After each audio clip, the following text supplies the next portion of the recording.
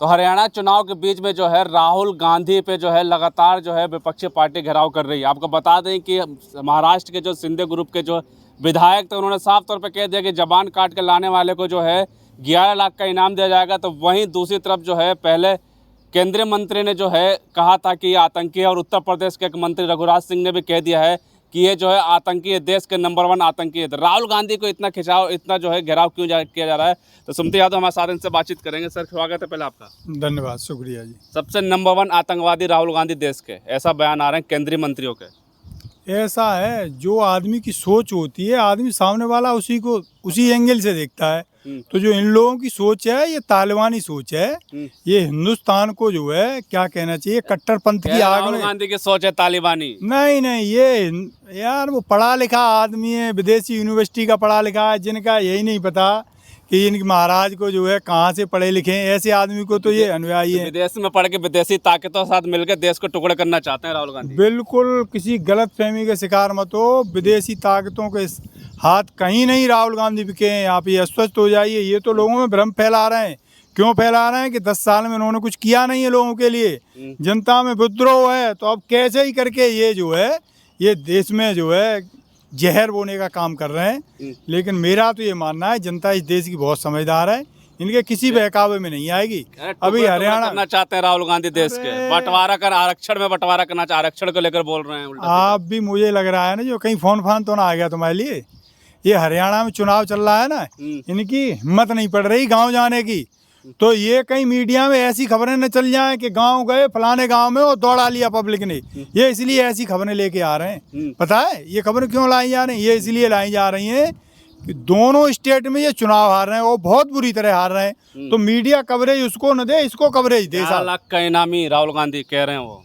अरे जिनकी क्या कहूँ अब मैं, जो है जिनकी अब ये पता नहीं पेंट के अंदर कच्चा कौन से कलर का है जो है, उनकी आप बात पे यकीन कर ले रहे हो। हमारा पढ़ा लिखा नेता जो कह रहा है कि हम मोहब्बत की दुकान खोल रहे हैं, हम सबको साथ लेके चलेंगे। इवन आप ऐसे मान लीजिए हमारी पार्टी का कोई भी आदमी संविधान विरोधी भी कोई कृत्य नहीं कर रहा है, लेकिन इनके आप कृत्य उठा लीजिए, ये देश विरोधी हैं और संविधान विरोधी हैं।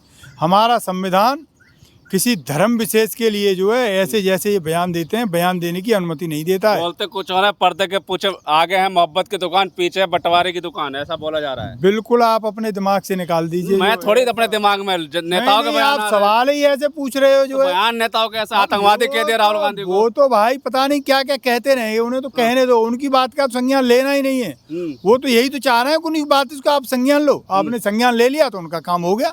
तो उनके किसी बहकावे मत आओ, अपना जो एजेंडा है उसी पे आप काम करो। हमेशा कह रहे हैं देश विरोधी राहुल गांधी को, तो गृह मंत्री भी बोल रही है। तो गृह मंत्री हैं तो गृह मंत्री के बारे में जरा ये भी बोल लो। गृह मंत्री तो तड़ी पार भी रहे। आप में है इतनी हिम्मत जो कह सको गृह मंत्री पे तो कुछ और भी चार्ज लगे? आरोप लगाते रहे उनको। अरे आरोप नहीं है ये है, ये थे भाई, ये आरोप नहीं है जैसे वो आरोप लगा रहे हैं। ये हुए थे, एक जज ने फैसला दिया था। और जज लोया की भी कहानी निकाल लो, फिर इतना डीप में जा रहे हो जो। कुछ विदेश में जाके बुराई करी नहीं करी भारत की राहुल गांधी ने? कतई ही बुराई नहीं करी। उन्होंने ये बताया हमारे देश में क्या चल रहा है। विदेश में बुराई तो मोदी जी करते थे और कहते थे कैमरे पे आके कि मेरा तो दुर्भाग्य है कि मैं भारत जैसे देश में पैदा हो गया। ये देश की बुराई है। देश की सरकार जो कर रही है उसको बाहर बताना कि हमारे यहाँ ये गलत हो रहा है। ये आप मान लीजिए भाजपा देश नहीं है, हमारा भारत देश है। भाजपा सरकार की बुराई करना, देश की बुराई करना नहीं होता है। चुनाव से हटके हरियाणा में चुनाव है, इस प्रचार को लेकर राहुल गांधी का घिराव ज्यादा देखने को मिल रहा है। अब वो तो उनकी एक रणनीति है कि यहाँ बीजेपी जो है बुरी तरह हार रही है, तो लोगों का ध्यान कैसे भटकाएं। तो ये ध्यान भटकाने का एक नया एजेंडा ले आए वो। उसी एजेंडे के तहत जो उन्हें टूल किट दे जाती है, सारा मीडिया उसी टूल किट पर काम करने लग जाता है। तो आप ये मान लीजिए इतनी बुरी हार रहे हैं ये, बस उसी पे कुछ लपेटने की कोशिश कर रहे हैं कि मीडिया का ध्यान हटा के यहाँ कर दो। महाराष्ट्र, दिल्ली, पंजाब के बाद अब उत्तर प्रदेश में भी पहुंच चुकी है बात। वहाँ के नेता भी कहने लगे कि आतंकवादी तो हैं राहुल गांधी। मुद्दा कुछ बचा नहीं बीजेपी वालों के पास। चारों तरफ से ये घिरे हुए हैं। उधर विदेशों में मैंने कहा था आपको कि मोदी जी की थू हो रही है।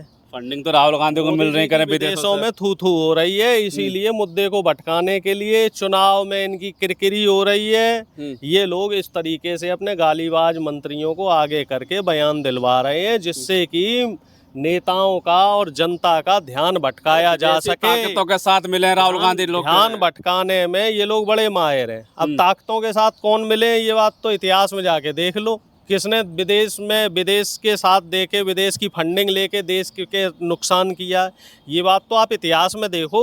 वोट से क्यों जाएंगे, आज देखो ना, आज वोट से कौन था, सावरकर कौन था, आप बताओ ना। और इसके अलावा जितने भी आरएसएस के नेता हुए सब देश विरोधी गतिविधियों में लिप्त रहे। आप देख लीजिए कि जब देश गुलाम था उस समय ये मुस्लिम लीग के साथ मिलके बंगाल में चुनाव लड़े। इतिहास में चलेगा। अभी राहुल गांधी पे अभी बोल का है अमेरिका पे, उस पर कुछ नहीं बोलोगे आप इतिहास पे चले आप हमें एक बात बताओ भाई साहब, आपको इतनी जल्लाट क्यों हो रही है? जब इतिहास का क्या मतलब है? नेता इतिहास में जाते हैं तब तो आप उनकी बड़ी पीठ थपथपाते हैं, वाह भाई वाह बहुत अच्छी बात कह रहे हो। बीजेपी के नेता जब हम संविधान की बात करते हैं तो वो इमरजेंसी पे आ जाते हैं, तब आप उनसे सवाल नहीं करते हो। अब जब हम इतिहास की बात कर रहे हैं कि इनका इतिहास ही देश विरोधी रहा है, ये बताइए हमारा देश संविधान से लोकतंत्र से चल रहा है कि नहीं चल रहा है? चल रहा है। तो लोकतांत्रिक तरीके से अगर राहुल गांधी जी ने कोई भी बात असंवैधानिक और गलत कही है तो उनके खिलाफ आप कानूनी कार्रवाई करो, उन्हें जेल करवाओ। आप उन्हें जान से मारने की धमकी दे रहे हो, आप उनकी जीभ काटने की धमकी दे रहे हो, इनाम दे रखा है आपने कि भैया जो जीभ काट के लाएगा इतना 11 लाख रुपए इनाम देगा। अब देख लो साहब, इनके खिलाफ हमने एफआईआर भी कर दी और जितने ये नेता हैं जिस तरह की अभद्र टिप्पणियां कर रही हैं सबके खिलाफ कानूनी कार्रवाई करवाई जाएगी, छोड़ा नहीं जाएगा श्रीमान जी किसी को। और जितना गृह मंत्री जी का भी ध्यान है, शुरू से ही विदेशी ताकतों के साथ मिली है। गृह मंत्री जी अपने पुत्र के लिए कुछ नहीं कहते, कौन सी काबिलियत से वो उनको परिवार पे चले गए आप। आईसीसी में राहुल गांधी की बात है, परिवार पे चले अब मेरा परिवार तेरा परिवार, आप परिवार पे बात करो तो ठीक है कि इंडिया गठबंधन के नेता परिवारवादी हैं और हमने परिवार पे बात कर दी तो आपको भी जल्लाट होने लगी। जल्लाट लग रही है ना। अमित शाह ने जब कहा है कि विदेशों में कांग्रेस लगातार तोड़ती है देश को, बात करिए देश विरोधी बातें में आप हमें बताइए, बीजेपी इस समय 10 साल में सत्ता से है, ठीक है, तो मणिपुर पे ये बात क्यों नहीं कर रहे? मणिपुर टूट रहा है लगातार, लद्दाख में चीन घुस गया है, लद्दाख पे क्यों नहीं बात कर रहे? 2 महीने से ज़्यादा हो गए और 2 दर्जन से ज़्यादा आतंकी घटनाएं जम्मू कश्मीर में हो रही हैं। अब ये देश नहीं टूट रहा है? लगातार आप आतंकवाद को पाल पोस रहे हैं और उधर केरल में जाइए, वहाँ भी आतंकी गतिविधियाँ बढ़ रही हैं। आप देश का एक ऐसा हिस्सा मुझे बता दीजिए जहाँ मुसलमानों पे, दलित पे और आदिवासियों के साथ लिंचिंग ना हो रही हो। अभी आप देखिए हिंदुओं के साथ भी लिंचिंग हो रही है। हरियाणा के फरीदाबाद की घटना है, गौ तस्करी के आरोप में एक 20 साल के बच्चे को जान से मार दिया गया। बताइए उस पे बीजेपी के नेताओं का क्या स्टैंड है? आपने देश में पेट्रोल छिड़क रखा है और आप देश को नफरत की आग में जला रहे हैं, और जो नेता नफरत की बजाय प्यार, अमन, चैन का संदेश दे रहा है आप उसी को आतंकी बता रहे हैं। कह रहे हैं कि वो ओढ़ रखा है चोला, पीछे कुछ और है। पीछे क्या है? बांटने की साजिश है। ये जातिगत जनगणना करा के बांटना चाहते हैं, आरक्षण खत्म करना चाहते हैं, ऐसा आरोप लगा रहे हैं। कैसे बट रहा है भाई? 10 साल में आरक्षण को मोदी जी ने कितना दूध पिला दिया, कितना तेल पिला दिया, बता दो साहब। कितने आरक्षित पद मोदी जी ने भर दिए?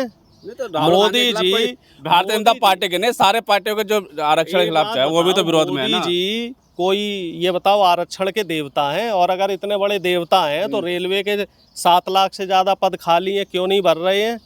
उत्तर प्रदेश में जो पुलिस की ले लो, चाहे आप मास्टरों की ले लो, जो तमाम भर्तियां हुई हैं, इनको क्यों नहीं भर रहे हो भाई? इसमें आरक्षित पद का आप घोटाला कर रहे हो। लाखों आरक्षित पद खाली हैं। सुप्रीम कोर्ट ले लो, हाई कोर्ट ले लो, आप तमाम यूनिवर्सिटी में प्रोफेसरों की, अब देखो इतना गलत मुद्दे की बात कर रहे हैं तो आप भाई साहब भटक रहे हो, आप मुद्दे से भटक रहे हो। ऐसे काम नहीं चलेगा। कार्रवाई क्या हुई? अगर राहुल गांधी सही है, अगर ये लोग जो बोल रहे हैं गलत है, क्या कार्रवाई हुई? क्या करी आपके नेताओं? किसी नेता ने कार्रवाई करी? आ गए ना 240 पे। अब बाकी हरियाणा में तो वोट दिया, एफआईआर दर्ज करिए। बीजेपी के नेताओं को इस लायक ही नहीं छोड़ेंगे कि वो कुछ बोल पाए। अभी तो देखते जाओ, हरियाणा में चुनाव है, जम्मू कश्मीर में चुनाव है, महाराष्ट्र में चुनाव है, झारखंड में चुनाव बोल दिया। कहाँ है एफआईआर दर्ज किया? मानहानि का मुकदमा कहाँ है? कांग्रेस ने किया है। एफआईआर हो चुकी है महाराष्ट्र में। अब एफआईआर जवान काटने वाले बयान पे हुई ना, जवान काटने इनाम जो रखा गया होगी, एफआईआर होगी। हर चीज में समय लगता है। हम लोग कानूनी